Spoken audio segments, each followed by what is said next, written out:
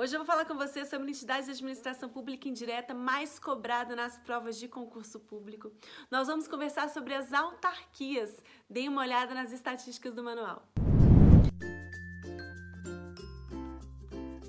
Meu nome é Gabriela Xavier, sou professora de Administrativo e Direito Constitucional e eu tô mostrando para vocês como é possível estudar com estratégia para acertar as questões de prova e alcançar a aprovação. Antes de conversar com você sobre autarquias, eu quero falar um pouquinho sobre uma super dica. Está disponível um capítulo do Manual da Aprovação de Direito Administrativo gratuito e um capítulo gratuito do Manual de Direito Constitucional. Basta acessar o link que está aparecendo na tela ou na legenda desse post e fazer esse download e aproveitar essa nova forma de aprender e de estudar, totalmente inovadora. Agora, se você está chegando aqui de paraquedas, curta esse vídeo, inscreva-se no canal, ative as notificações para que você possa saber quando eu postar coisa nova, novas dicas importantes para sua aprovação. Vamos conversar então sobre as autarquias? Vamos lá. Pessoal, nós sabemos que a administração pública é dividida em administração pública direta e indireta. A administração pública direta é formada pelos próprios entes federados, né? União, Estados, Distrito Federal e municípios. E a administração pública indireta é formada pelas autarquias, fundações, empresas públicas e sociedade de economia mista. As autarquias que a gente vai conversar aqui hoje, especificamente sobre uma autarquia que é muito cobrada nas provas de concurso público. As autarquias são pessoas jurídicas de direito público que exercem atividades típicas do Estado. Elas estão sujeitas ao mesmo regime jurídico de direito público que os entes da administração pública direta, ou seja, gozam de todos os poderes, prerrogativas que o Estado possui e está sujeita a todas as limitações que o Estado está sujeito, todas as limitações que estão na lei. Sobre as autarquias, o que é mais importante são as características principais, está em vermelhinho no manual, dê uma olhada. Primeira característica, a autarquia possui personalidade jurídica própria, tem autonomia orçamentária, gerencial, patrimonial. A autarquia é criada automaticamente pela lei. O ente federado edita uma lei criando aquela autarquia. E na medida em que aquele ente cria aquela autarquia, ele também estabelece qual é a competência, qual que é a atribuição daquela autarquia, qual que é o serviço que ela vai titularizar, qual que é a atividade que ela vai desempenhar. A autarquia é criada e extinta por lei. Paralelismo das formas. Se eu usei a lei para criar, eu vou usar a lei também para extinguir. Além disso, como as autarquias possuem personalidade jurídica própria, elas não estão subordinadas ao ente federado que as criou. Eu não posso falar em subordinação e hierarquia entre pessoas jurídicas distintas. Não há hierarquia e nem subordinação entre pessoas jurídicas distintas. Mas aí você me pergunta, Prof, como que a União, por exemplo, vai fiscalizar, vai controlar uma autarquia federal? Pessoal, a gente fala que não existe controle hierárquico entre pessoas jurídicas distintas. Entretanto, a União vai realizar o que a gente chama de supervisão ministerial. Vai supervisionar as atividades que a autarquia está desempenhando, né, de uma forma autônoma, com personalidade jurídica própria. Ela tem a sua liberdade, a sua autonomia. Entretanto, a União vai realizar essa supervisão no sentido de verificar se aquela entidade está cumprindo a finalidade pela qual ela foi criada. Além disso, outra característica, os bens da autarquia são bens públicos, porque a autarquia é uma pessoa jurídica de direito público. Se é pessoa jurídica de direito público, os bens são bens públicos.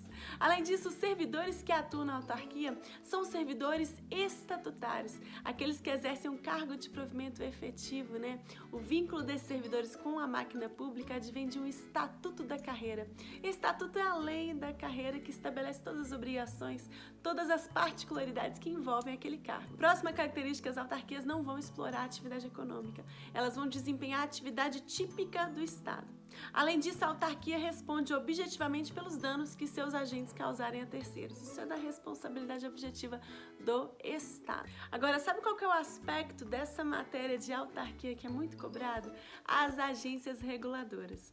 A agência reguladora é uma autarquia em regime especial. Como assim?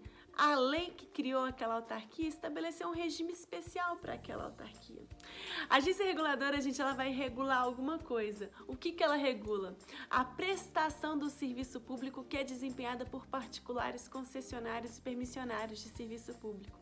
Nós já estudamos aqui, né, que a administração pública, ela descentralizou algumas atividades. Ela repassou algumas atividades, por exemplo, para o particular desempenhar. Né? A gente sabe que o serviço de telefonia é desempenhado pelas companhias de telefone. O serviço de transporte rodoviário também foi delegado a particulares. Nós temos vários exemplos de situações em que aquelas empresas privadas, concessionárias, permissionárias de serviço público prestam uma atividade e vão cobrar dos usuários daquele serviço uma tarifa. É o que a gente paga quando a gente entra no ônibus, a gente paga o quê? Uma passagem de ônibus. Aí você me pergunta, Prof, quer dizer que existem vários particulares, né, concessionários, permissionários de serviço público, prestando serviços públicos? sim, isso existe sim. Professora, mas e aí? Como que o Estado fiscaliza essa atividade que os particulares desempenham? Através das agências reguladoras.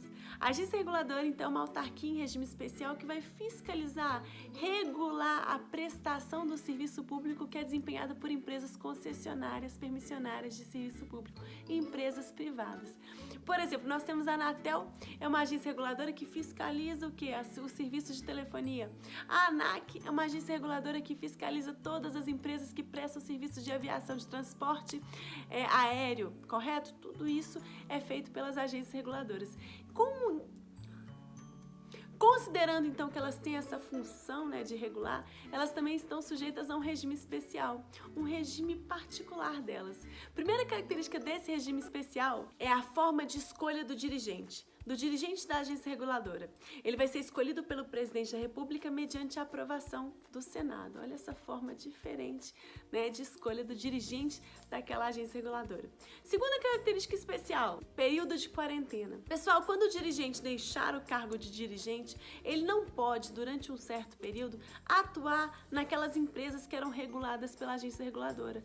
Por exemplo, eu sou dirigente da Anatel. Eu não posso deixar o cargo de dirigente e passar a trabalhar na Oi, na TIM, na Vivo imediatamente, porque eu tenho acesso a uma série de informações privilegiadas. Se eu atuasse em alguma dessas empresas, eu poderia conceder uma vantagem indevida para uma empresa. Por essa razão que esse dirigente ele tem que cumprir um prazo de quarentena, que não precisa ser necessariamente de 4 meses. Cada lei que instituiu aquela agência reguladora vai estabelecer qual que é o prazo específico daquela autarquia especial. Ok, prof, entendi. E aí que você continua recebendo a sua remuneração de dirigente durante esse período, né? Esse período que pode ser de 4 meses ou outro período que a lei assim determinar. Terceira característica importantíssima sobre a agência reguladora. Pessoal, a agência reguladora, ela vai regular a prestação de um serviço que é desempenhado por particulares, concessionários e permissionários de serviço público. Ao regular, essa agência tem função normativa, ela tem a prerrogativa de editar normas acerca da prestação daquele serviço. Normas que obrigam as empresas concessionárias, permissionárias de serviço público a quê? A seguir aquelas regras no momento que elas estiverem prestando aquele serviço. Vou dar um exemplo para vocês que vai ficar bem claro. Uma vez eu estava no aeroporto de Confins, aqui em Belo Horizonte, e eu escutei no microfone uma atendente falando: em conformidade com a resolução da ANAC, agência reguladora que vai o quê? Regular a prestação do serviço aéreo, né, de transporte aéreo realizado pelas essas companhias, né, Gol, Latam, Azul, correto? Em conformidade com a resolução da ANAC, os passageiros devem segurar o cartão de embarque em mãos. Eu fui prontamente conversar com a mocinha, falei assim: moça, a resolução da ANAC, ela regula a prestação do serviço que é desempenhada pelas concessionárias permissionárias de serviço público. Então, ela obriga essas empresas a cumprir aquela regulamentação. A ANAC não vai me obrigar, eu, cidadão, a nada. A regulação dela está o quê?